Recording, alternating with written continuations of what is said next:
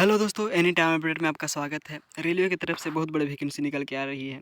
Sorry, बहुत बड़ी तो नहीं बोलेंगे, लेकिन ये रेलवे की तरफ से निकल के आ रही है। इसका अप्लाई डेट आपका रहने वाला है 20 से आपका 20 जनवरी 2024 से आपका 19/2/2024 तक आपका रहने वाला है। लास्ट डेट आपका 19/2/2024 तक, 1 महीना आपका अप्लाई डेट रहने वाला है। ठीक है,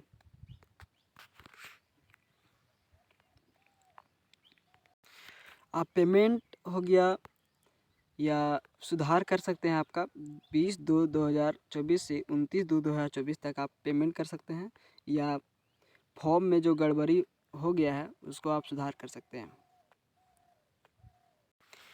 ये वैकेंसी आपका असिस्टेंट लोको पायलट का रहने वाला है।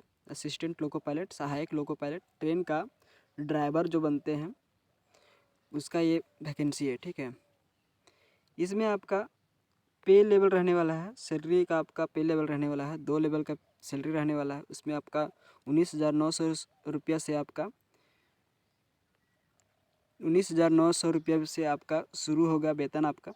इसमें आपका कुल पद आपका 5,696 रहने वाला है। 18 एज आपका 18 से 36 वर्ष होना चाहिए एज। ठीक है, एज का गणना आपका किया जाएगा 1/7/2024 तक आपको किया एज का कैलकुलेशन किया जाएगा।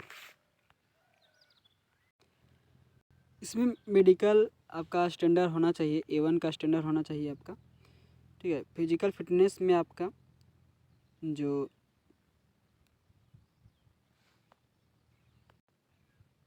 कलर विजन होता है वो आपका 6 में 6 होना चाहिए। रिलैक्सेशन में आपका SC/ST के लिए 5 साल और OBC के लिए 3 साल, जो हम आपको पहले बताए हैं। उसके बाद हो गया एक सर्विसमैन, हो गया अनरिजर्व AWS के लिए 3 साल, और एक सर्विसमैन OBC NCL के लिए आपका 6 साल। SC/ST के लिए एक सर्विसमैन में आपका 8 साल का छूट मिलने वाला है। इसमें एज रखा गया है 18 से 30 साल का आपका एज होना चाहिए। 18 से 30 साल के बीच में आपका एज होना चाहिए। ठीक है,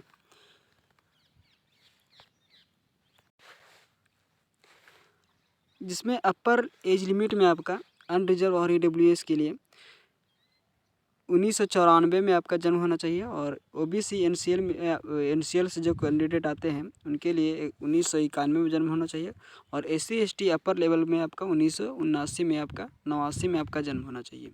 ठीक है, ऑल कैंडिडेट और लोअर लिमिट डेट आपका हो गया 2006 तक आपका होना चाहिए।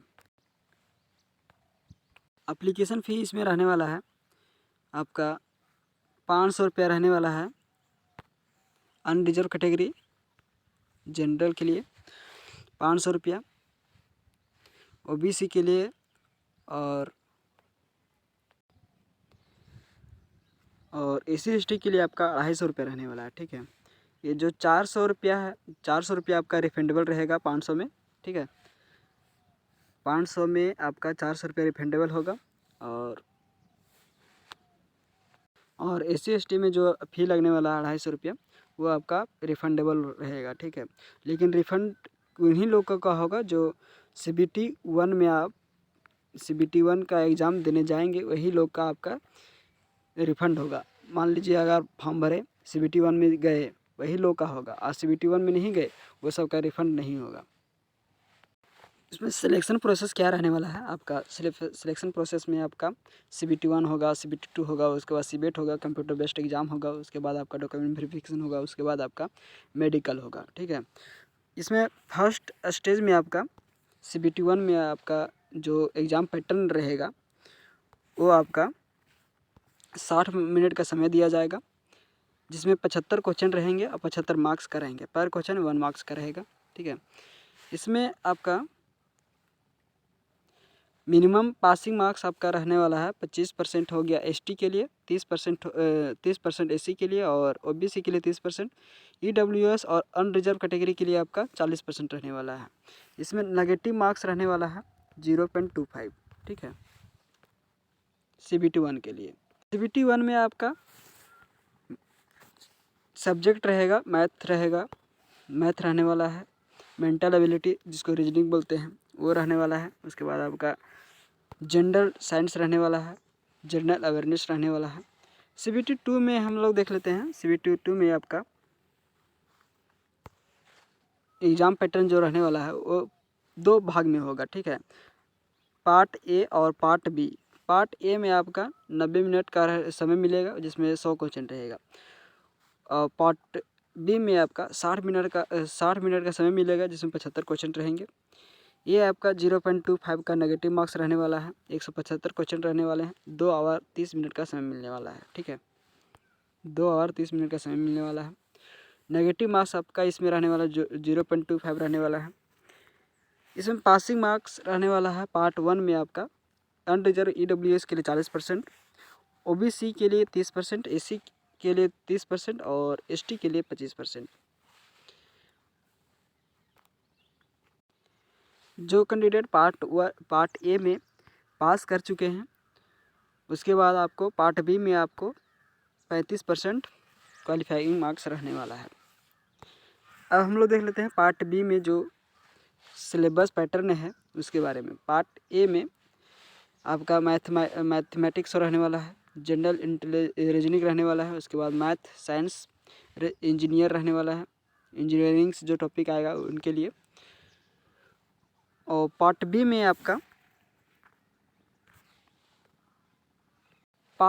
आपका जो सिलेबस रहने वाला है वो TGT बेसिस पर एग्ज़ाम होगा। इसमें आपका क्वालिफाइंग मार्क्स रहने वाला है 35%। ITI में जो ट्रेड होता है उनके लिए, और डिग्री डिप्लोमा जो ट्रेड से किए हैं उसी ट्रेड से आपका एग्ज़ाम होगा, उसमें आपको क्वालिफाइंग मार्क्स रहने वाला है 35%, ठीक है। पार्ट बी के लिए आपका सब्जेक्ट दिया जाएगा, वो आपको सब्जेक्ट चूज कर सकते हैं। इलेक्ट्रॉनिक्स मैकेनिक का हो गया, इलेक्ट्रिशियन इंस्ट्रूमेंट हो गया, मैकेनिक हो गया, वायरमैन हो गया, आर्मेचर हो गया, कॉइल वेंडर हो गया, रेफ्रिजरेशन हो गया, फिटर हो गया, मैकेनिक हो गया, फिटर मैकेनिक हो गया, ट्रैक्टर मैकेनिक हो गया, डीजल मोटर हो गया, ये आप लोग देख लीजिएगा। ऑटोमेटिक इंजीनियरिंग हो गया, मैकेनिकल इंजीनियरिंग हो गया, इलेक्ट्रॉनिक इंजीनियरिंग हो गया, इलेक्ट्रॉनिक इंजीनियरिंग कम्बिनेशन हो गया। उसके बाद आपका 3rd नंबर पर आपका कंप्यूटर बेस्ड एग्ज़ाम होगा, CBET। ये आपका रहने वाला है, इसमें आपका कंप्यूटर से रिलेटेड ही क्वेश्चन आएंगे इसमें, ठीक है।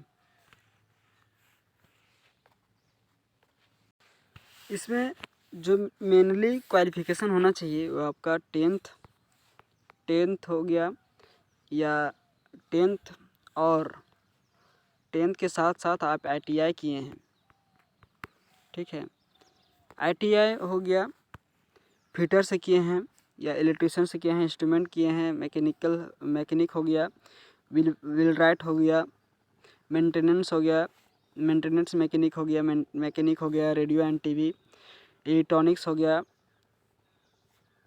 वायरमैन हो गया, ट्रैक्टर हो गया, आर्मेचर हो गया, कॉइल वेंडर, मैकेनिक डीजल हो गया, हीट इंजन हो गया, टर्नर हो गया, मशीनिस्ट हो गया, रेफ्रिजरेशन हो गया एंड एयर कंडीशनर हो गया, मैकेनिक हो गया।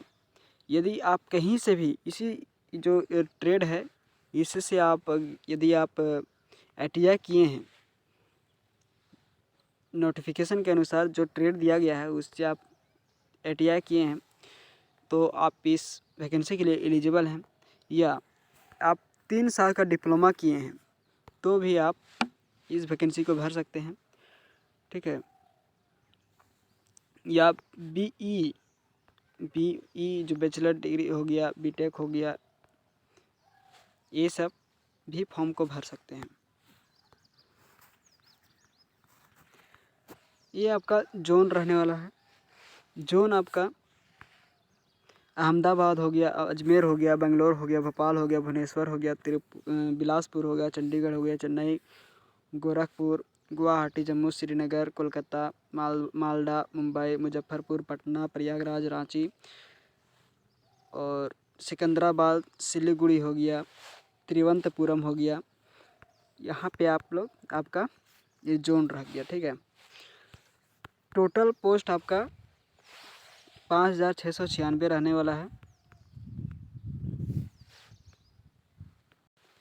जिसमें अनरिजर्व कैटेगरी के लिए 2499 पोस्ट रहने वाला है, एसी के लिए 804 पोस्ट रहने वाला है, एसटी के लिए 482 पोस्ट रहने वाला है, एससी के लिए आपका 804 पोस्ट रहने वाला है। उसके बाद हो गया ओबीसी के लिए आपका 1351 पोस्ट रहने वाला है, ईडब्ल्यूएस के लिए 560 रहने वाला है। ठीक है, धन्यवाद दोस्तों। ऐसे ही वीडियो की अपडेट पाने के लिए सब्सक्राइब करिए हमारे चैनल एनी टाइम अपडेट को, लाइक एंड शेयर करिए। धन्यवाद।